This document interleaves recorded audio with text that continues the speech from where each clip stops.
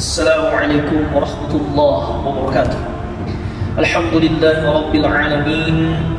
Allahumma salli wa sallim wa barik ala sayyidina Muhammad wa ala ali sayyidina Muhammad. Hadirin dimanapun berada, Islam bukanlah agama yang anti dengan perubahan. Islam bukanlah agama yang anti dengan hal yang baik, tapi Islam kokoh dalam prinsip terhadap apa yang diperintahkan oleh Allah dan apa yang dilarang oleh Allah Subhanahu wa Ta'ala. Media sosial adalah hal yang lumrah sekarang untuk kita dengar. Bahkan tak jarang di antara kita yang menjadikan media sosial sebagai mata pencaharian sehari-hari. Lalu bagaimana media sosial berpengaruh terhadap ibadah seseorang? Atau apa pengaruh media sosial terhadap ibadah seseorang? Hadirin rahmati Allah Subhanahu wa Ta'ala. Allah Subhanahu wa Ta'ala berfirman dalam Quran surah Al-Kahfi ayat 110.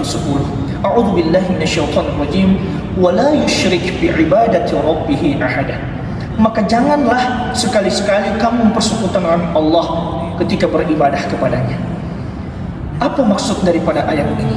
Imam Ibnu Katsir menjelaskan bahwasanya arti syirik kepada Allah ketika beribadah adalah riya dalam beribadah. Hadirin dirahmati Allah Subhanahu wa Ta'ala. Ketika ada orang yang sholat, ketika ada orang yang sedekah, harus semata-mata ikhlas karena Allah Subhanahu wa Ta'ala. Tapi ketika ada faktor daripada media sosial sekarang, tak jarang kita temui bahwasanya sholat bukan suatu yang dijadikan sebagai keikhlasan, atau bukan keikhlasan karena Allah Subhanahu wa Ta'ala, tapi dijadikan sebagai sesuatu pencitraan. Tak jarang kita temui ketika ada orang yang bersedekah lalu mempotret, kemudian diupload di media sosial dengan caption "Aku sudah bersedekah." Lalu bagaimana ya Pak? Ini artinya penyalahgunaan dalam media sosial. Hadirin yang dirahmati Allah Subhanahu wa Ta'ala. Lalu bagaimana juga media sosial berpengaruh terhadap waktu ibadah seseorang?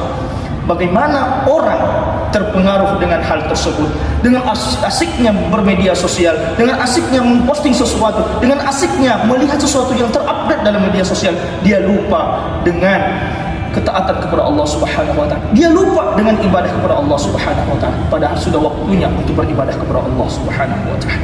Hadirin rahmatin Allah Subhanahu wa Ta'ala. Harusnya media sosial kita jadikan sebagai wasilah, bukan sebagai ghayah. Artinya kita jadikan sebagai alat perantara kita beribadah kepada Allah, bukan sebagai tujuan kita dalam hidup dan berkehidupan kita.